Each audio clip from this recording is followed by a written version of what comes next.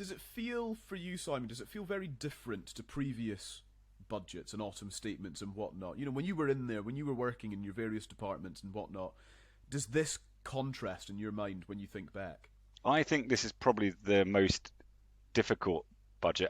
I often wonder whether they all seem difficult at the time, but you've got to say it's particularly mind-blowingly difficult for the options that are available. And I can remember being in Downing Street, where you'd get lots of representations from business organisations in advance of the autumn statement.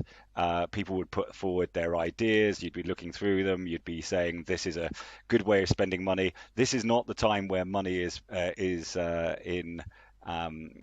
available, and therefore the choices are so difficult for the Chancellor." And if you were sitting in DFT, as I did for 3 years, looking at what was coming down the line and those awkward conversations you'd have in meetings with the Chancellor's special advisors, and sit in with the Chancellor and your Secretary of State while negotiations were happening, you'd know that inflation is your killer. And inflation this time round is so difficult because 10% of your budget and your working budget disappearing overnight just on inflation will make some spending decisions that have not been identified today really difficult in the coming weeks and months when they become more apparent. Don't get me wrong, really welcome the infrastructure certainty, and I'm sure a lot of businesses will, but that won't mean that there are easy decisions to make within departments going forward. Yeah.